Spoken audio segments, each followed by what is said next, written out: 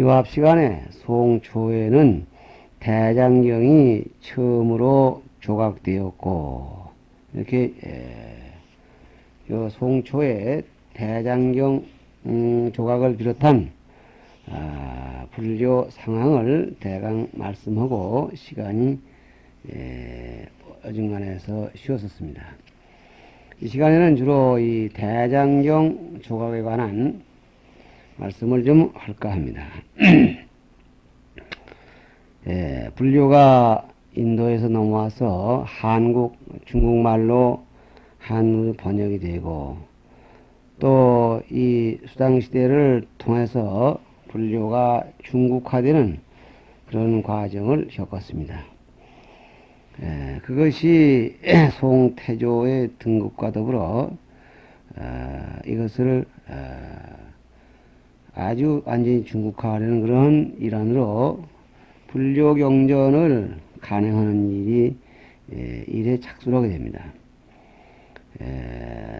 사실 인쇄술이라는 것이 중국에 있어서 당나라 때에 이미 있어 왔다. 그리고 불경도 약간 간행된 것이 있었다. 이렇게 기록되고 있습니다만은 이 송태조가 등극한 그러한 그 기념으로 방대한 양의 경전을 체계 있게 개간하려는 그런 일은 세계문화사상의 큰 일이다. 이렇게 말할 수가 있을 것입니다.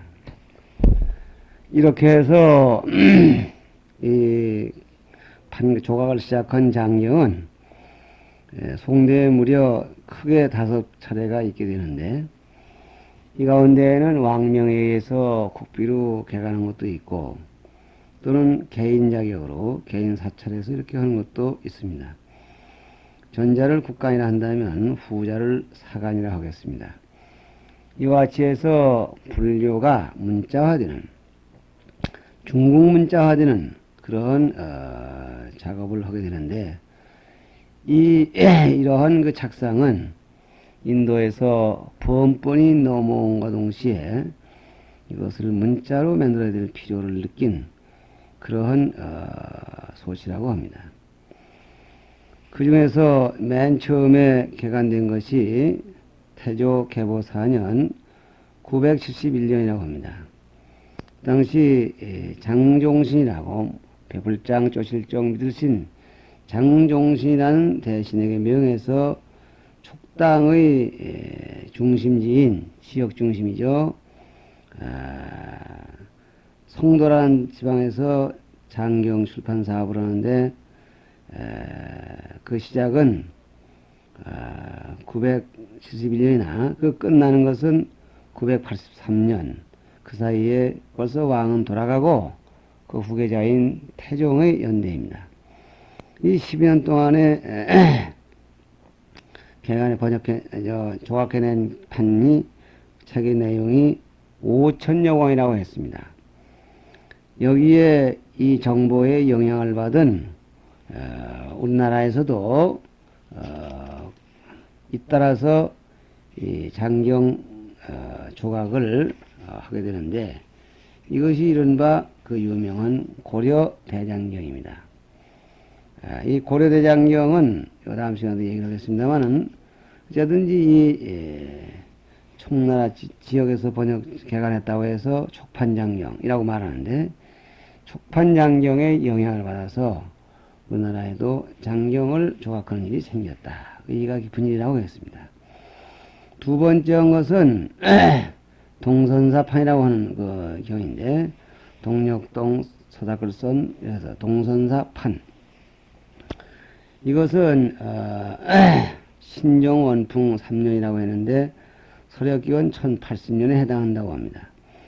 복주 땅 복건성에 있는 고을인데, 동선사라는 절의 주지인 해공대사가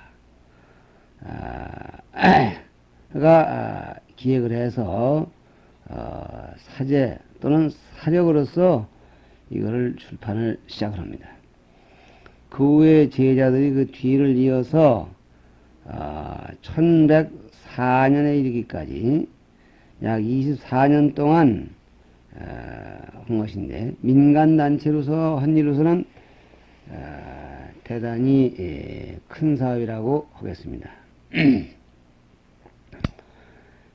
그래서 이렇게 1차적으로 24년이 걸리고, 그 후에 또 1112년에서 12년경에 이거를 천태 부분을, 법화부를 합쳐가지고 모두 6천여 권이 이르는데, 동선사에서 했다고 해서 동선사판, 요거는 사간이 됩니다. 세 번째는 이른바 개원사판이라고 해서 10개의 어떠먼 그래서 개원사판인데, 송의 휘종 정화 2년 1112년, 그러니까 이 동선사판에서 천태부를 편입하던 그 해입니다. 이것은 이 개원사에서, 개원사라는 절에서 이 말입니다. 개원사라는 절에서 이 일이 시작이 되어 가지고 남송 고종 소홍 16년, 소홍이 북쪽에서 발달한 여진족에 밀려 남으로 밀려가는 그 뒤를 남송이라고 한다고 했는데, 1114년에 이르기까지의 전후 40년간 동안에 이걸 조각을 해낸 사간판입니다. 이것도 그 후에 약간의 추가가 들어가가지고 선종부가 추가되면서 도합 6천권이 이루어지고 있는데, 6권 있는데, 이것을 개원사판이라고도 하고, 또 그 지명을 따라서 복주판이라고도 하고, 민번 또는 월번이라고도 말합니다. 그러나 일반적으로 개원사판 그렇게 말하고 있습니다. 네 번째는 천태종의 말글정 서역범 정범이라는 스님과 선종의 회심, 부모의 깊을심, 이런 분들이 합력을 해서 개인 자격이죠. 그래서 호주의 사계라는 땅, 절강성입니다. 원각선언 에서 머무르면서 그 당시 대부호인 왕영종, 임금왕 기령 조칠종 왕영종이라는 사람의 그 도움으로, 물질적 도움으로 조각을 해냅니다. 이것은 요 위에 동선사판과 또 달라서 어떤 특수한 사찰이 스폰서가 되는 것이 아니라 개인 스님들 둘과 그리고 대시주의 합력으로 이루어졌던 점에서 참 사간 가운데에도 사간이라고 말할 수 있을 것입니다. 이렇게 개간된 장경이기에 그 개간한 장소를 따라서 역시 사계판이라고 말합니다. 생각사자, 개울개자. 그런가 하면은 이것을 송의 대표적인 작품이라 해서 이것을 송판장경 이렇게도 부릅니다. 이것이 완성된 것은 남송고종 소홍 2년이라고 합니다. 말하면 고종 때에 이 남송이 시작이 되는데, 이때가 1132년이 되겠습니다. 이것이 소요된 시간은 잘 모르나 그 무렵에 이르러서 이것은 북송으로부터 남송에 이르는 그 이 과도기에서, 과도기에 절강성이라는 그 남쪽에 있었다는 그 위치가 유리해서 그런지 그런 전란 속에도 변함없이 조각해냈다는 것입니다. 그 내용은 6천여 권에 달하고 있습니다.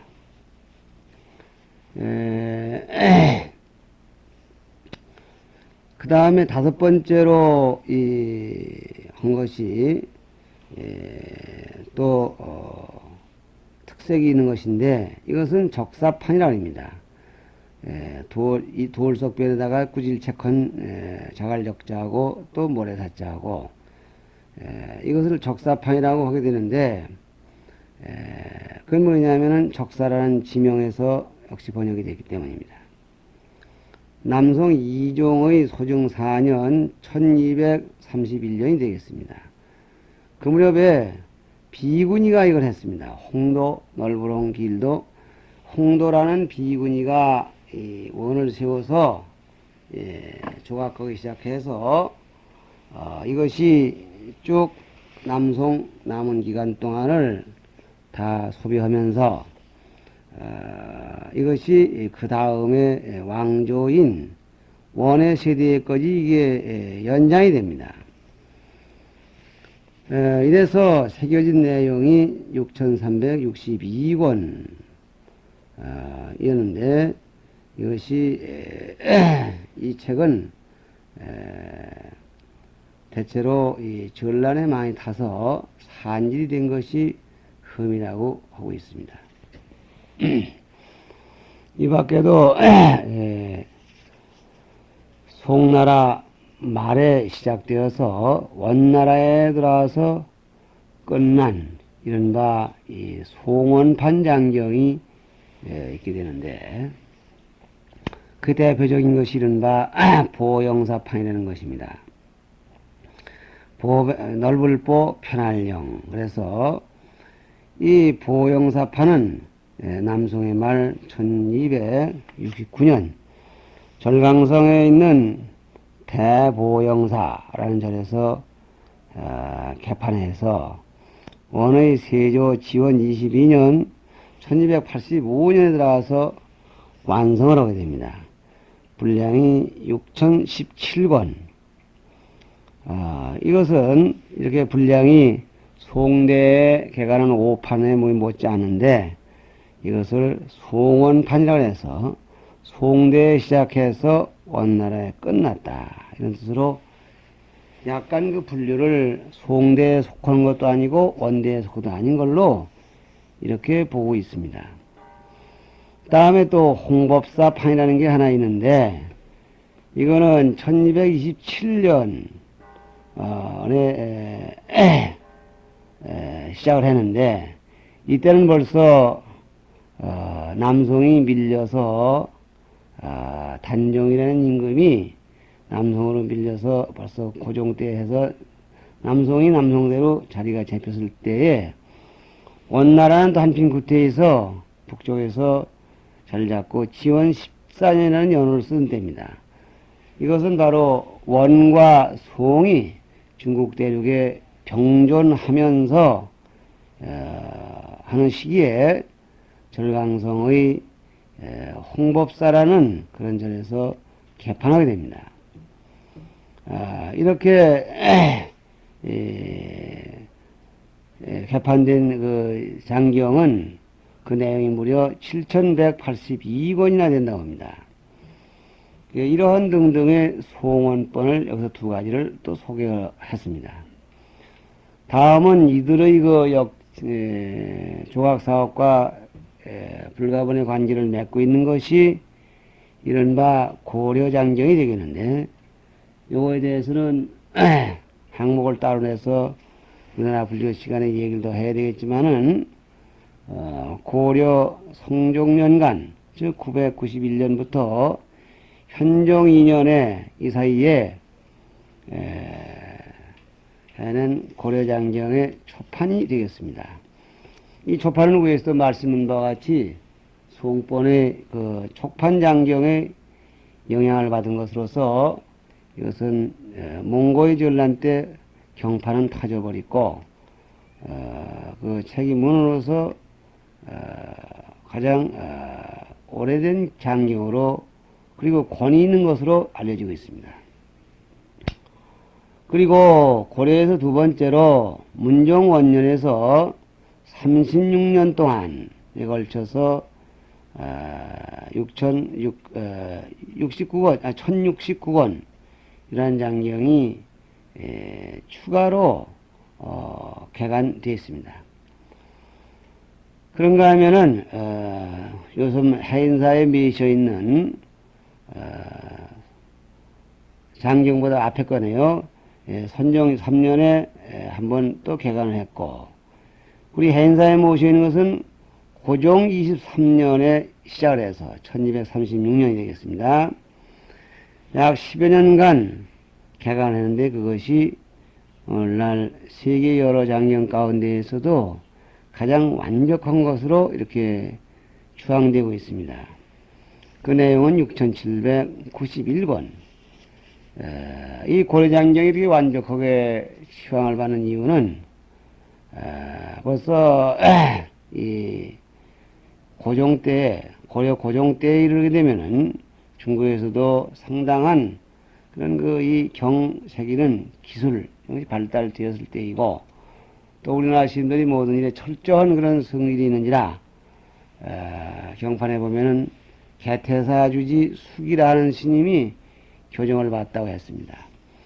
혼자 본 게 아니라 그 교정원이 있어가지고 교정을 보는데, 그 당시에 이미 있었던 장경들을 재수집해다 놓고, 어느 장경에는 이 글자가 좀 다르게 나왔다 할 때는 어느 장경에는 이 글자가 다르게 나왔다, 어느 장경에는 요 구절이 없더라, 어느 장경에는 요 구절이 지금 여기에 이런 말이 더 보탰더라, 이렇게 해서 최고 가감을 내놨습니다. 그것은 참 우리나라의 고려장경이 오늘 남아있는 것은 유일하게 하나뿐이 안 남았지만은 이것이 아주 참 특색 있는 것으로 자랑스러운 또 한 가지가 되겠습니다. 이와 같이 해서 큰 나라의 그런 영향이 우리나라까지 와서 우리나라와 같이 좋은 문화유산을 가지는 동기가 되었다, 이렇게 말씀할 수가 있겠습니다.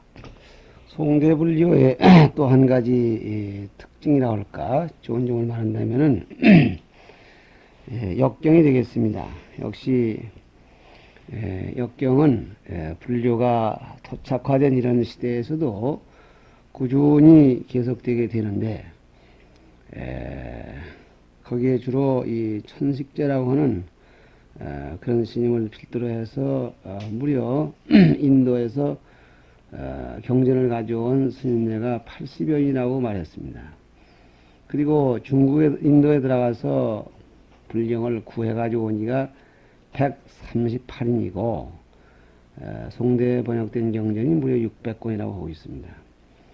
이때 경전들은 대체로 이미 나온 경전 가운데에서 그 모질한 부분 또는 이상한 부분들이 많이 오게 되는데, 그 범위 또한 넓어서 단순한 서역의 말뿐만 아니라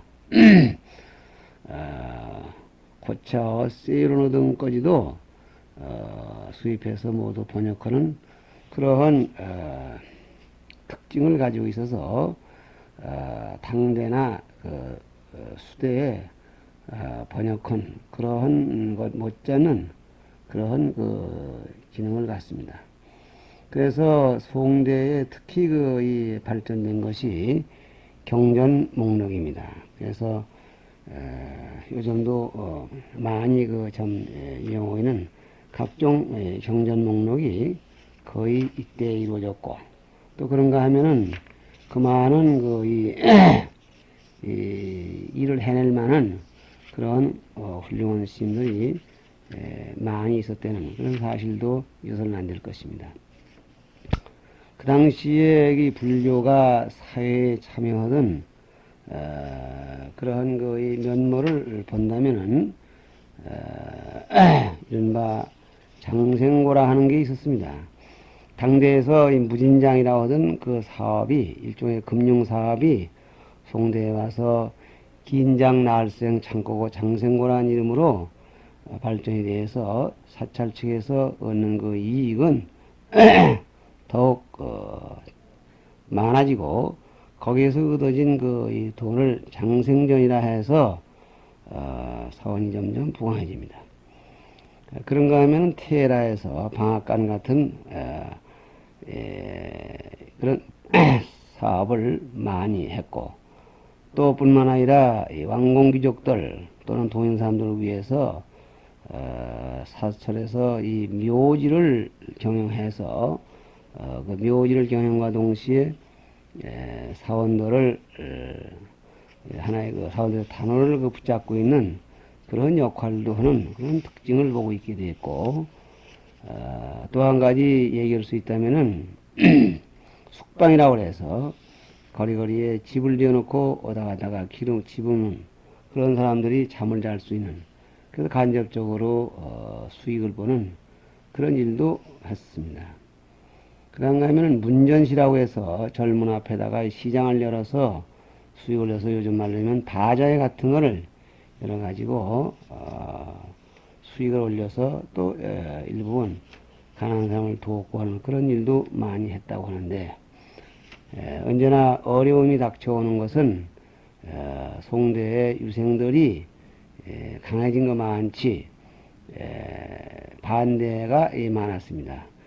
특히 그 배불의 선동자였던 구양수라든가 장행거 이런 사람들은 상당히 불교를 그 반대하는 그러한 주장을 했는데, 그 당시에 그 유명한 설숭, 계라는 계자하고 높을 숭자 그런 분들의 보교론 같은 것은 이런 분들의 그 입을 막아내는데 큰 몫을 다했고, 그리고 심지어는 이 장상령 같은 제가 그것은 호법론이라 해서 불법을 지켜야 된다는 그런 논을 써서 당시에 이 참 불교를 공박하는 그런 예봉을 꺾는 그런 일도 했고, 더 나아가서는 이것이 불교와 유교를 융화시키려는 그런 작업도 했던 것입니다.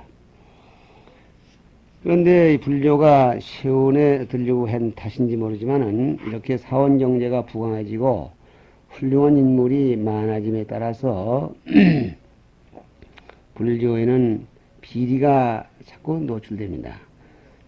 이래서 이른바 사자신중충이라고 자체 내에서 전 불교를 좀 먹는 그러한 일이 생기는데, 송대의 그 대표적인 것으로서 미륵교의 사교라고 하겠습니다. 이 미륵교란 말은 장차 오실 그 미륵님에 대한 신앙이 것을 다 아는데, 물론 경전에도 이제 다 있고 한 것인데, 이것을 이 송대에 와서는 자현이라고 아들 자자 어진 현자 자현이라는 사람이 스스로가 이 참 미륵불이라고 자칭하고 부처님의 형상처럼 이렇게 손을 들고 이렇게 해서 사람을 우롱하고 이렇게 하다 보니까 이것이 많은 사람들이 그 지탄을 받게 되었다는 얘기를 하고 있습니다. 그런가 하면은 이 사종이 백운체라는 사람은 또 이 백운종이라는 것을 세워서 또 문제를 일으키는데, 그분들은 이 백운이라는 사람을 종주로 했기 때문에 백운종 하지만은 그분도 역시 여불 대접을 받으면서 새로운 종파를 세워나갑니다. 주로 이 선종을 공격을 하고, 그리고 이 일반 교단 질서를 그 문란시키는 그런 일이 생겨서 결국은 이 같은 불교인끼리 서로 헐뜯고 싸우는, 그래서 세력을 약화시키는 그런 결과를 낳게 됩니다. 그래서 이 원이 정식으로 천하를 통일하기까지 그 중간에 요와 그리고 김과 이 두 나라의 침범 그 틈아리에서 사원들은 자꾸 이렇게 접목어 들어간다, 이렇게 보는 것입니다. 이 교재에서는 마지막 줄에 원대는 남아교를 국교로 하여 불교는 점점 쇠퇴하였다 이랬습니다. 원이 일어난 것은 1280년이라고 합니다만은 이 원이 처음부터 중국 본토에 침입해 들어온 건 아니죠. 시원의 세조 징기스칸이라는 사람이 제족을 통일하고, 그리고 내몽골을 비롯해서 사별을 병합하고서 그래서 이분이 왕위에 오른 것은 사실은 1206년경이 되겠습니다.